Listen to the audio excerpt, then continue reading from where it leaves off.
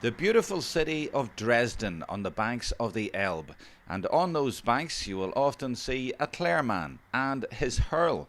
Diarmuid Kelly brings it with him just about everywhere. It reminds him of home, and it's a statement of his passion for spreading the game in Germany. Absolutely. It's when I left home 5 years ago, I was here for 1 year, and it was a little disappointing that I couldn't play hurling. So just carrying the hurley around, and decided to see if anybody else was interested in pucking the ball around with. So that's the reason I started the club. In those 5 years, hurling has caught fire in Germany. From nothing to this, the European Hurling and Camogie finals, with 13 teams, 200 players, and a superb day of competition, attended by the GAA President, the Camogie President and Director General, and the Irish Ambassador to Germany. Dresden hurling has come a long way in a short time. Did you find yourself throughout the day pinching yourself? A little bit. I took 5 minutes just to, by myself, just to look over across the pitches and think what it means, and it was incredible feeling. One of the key reasons for the upsurge in Germany has been getting the game into universities. Jakob Feldmann brought the game back from an exchange year in Carlo when he was 16, and he's found university students willing to give it a go.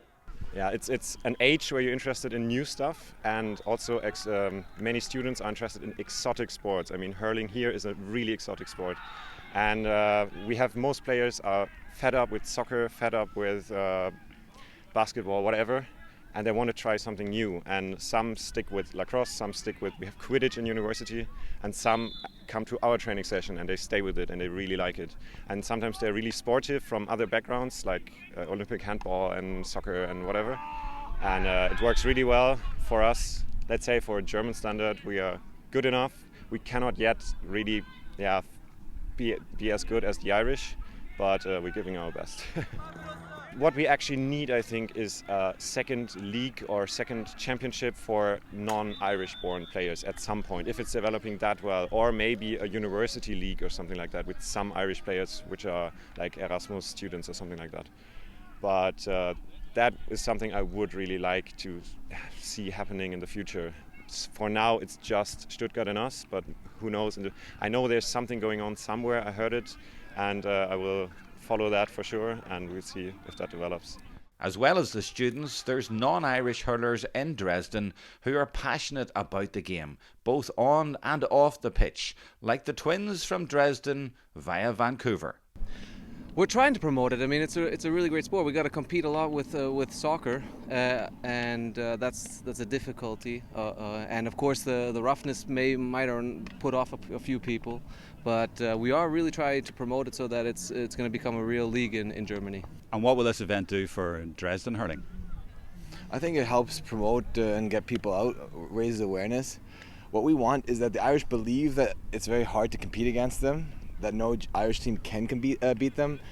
Of course, maybe not in the short term, but my goal, or our goal, is to get students, get young people, so that we can at least have the same level with them.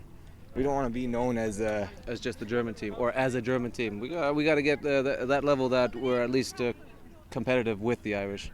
We look at us last year, we were absolutely god-awful. Now we're just terrible. And next year we'll be all right, and then in 2 years we'll be okay. The biggest development area has been in Germany, and to see the clubs of Berlin, Hamburg, Munich have started playing hurling again after 10 years away from it. And yeah, it's just been a German development, and the Germans just seem to love hurling and camogie. They prefer it to football. This is probably the biggest hurling event we've had, hurling tournaments. The hurling finals, we changed structure a bit this year to put focus on hurling, stretch it out into after the summer, and it's paid dividends. We have 13 hurling teams and 6 camogie teams here, and we've never had that before. We can continue to grow. There's no reason why we can't. You know, we've grown about 15% year on year for the last 10 years, and we'll continue doing that. We just need the proper support and infrastructure behind us. And lucky enough, Leinster Council have been excellent for us, giving us massive support, getting a strategic plan in place, and that's going to be our guidance for the next 5 years. Camogie also enjoyed a successful day, with champions Belgium impressed by the local setup. It's wonderful, yeah. I joined Belgium last year and we were in Copenhagen for Camogie as well, but it's incredible. We had no idea how big the German clubs were and how many there are. So the German Camogie team is an amalgamation of Berlin, Hamburg and Munich, as far as I know. Berlin being the biggest club, but I mean there's so many hurling clubs as well from Belgium. I mean, you can see, or from Germany, you can see how much work that they've really put in the last couple of years, and it's great to see, especially the amount of Germans. And well, I mean, it's the same with the other teams. I mean, we've got Belgians and French on our team as well, so it's really great for numbers, and it's nice to see. And a great day for Belgium. You won the Camogie and the hurling. Yeah, and yeah, it was great. The boys had a good day. We didn't see much of it, unfortunately, because the way the games run concurrently, we didn't see much, but they seem to have an exciting final, and they're delighted as well. I mean, they won the European Championships as well today, as well as the Dresden Championship, so they're as happy as we are this evening. Well, it's lovely to be on the banks of the River Elbe. I remember learning about the River Elbe in Roman history many, many years ago. I never thought that we'd be here in Dresden, right up against Poland, and looking at teams coming from all across Europe playing hurling. So it's just wonderful. In fact, it's been nice to see Dresden A and Dresden B playing each other, and most of the players are from Dresden, most of the players are from Germany. My impressions are what I see with the GAA around the world. People love the games, they love the friendship and the whole social aspect of it playing together. Their facilities here are wonderful. I'm really impressed by the pitches and the quality of the pitches, and the way that the GAA club here in Dresden have worked so closely with the local council to make sure that they do get these facilities. That's impressive. The quality of hurling is wonderful. So I just think it's very nice to be in Germany, and what in the old days was East Germany, but very much part of Germany now, and as I said, up against the Polish and the Czech border indeed, and to have hurling very much. And when you look around you, we're in the minority, those of us who are from Ireland who are watching. Most of these spectators who have been coming and going all day are Dresden folk, and they're taken by it all. So this is a very satisfying day. We have a wonderful community here in Germany. It's not a huge community, but it's a wonderful community, and part of the way in which that community stays together is through Gaelic games. It's through the GAA, and so we find every opportunity we can to support that as an embassy in Berlin. We know that there are these clubs. I think there are now 9 clubs in 9 different cities around Germany, and any opportunity we can get to support these clubs, to support these communities playing in these clubs, we like to do so. As I say, the Irish community in Germany is a very successful community, but it's all the more exciting to find that we're actually exporting that the excitement of Gaelic games to our German hosts.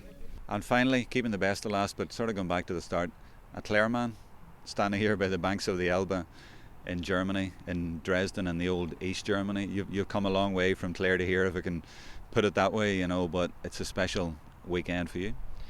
Absolutely. When I left home in O'Gonlow in East Clare in 1999, it was kind of heartbroken that I'd be leaving my sport behind.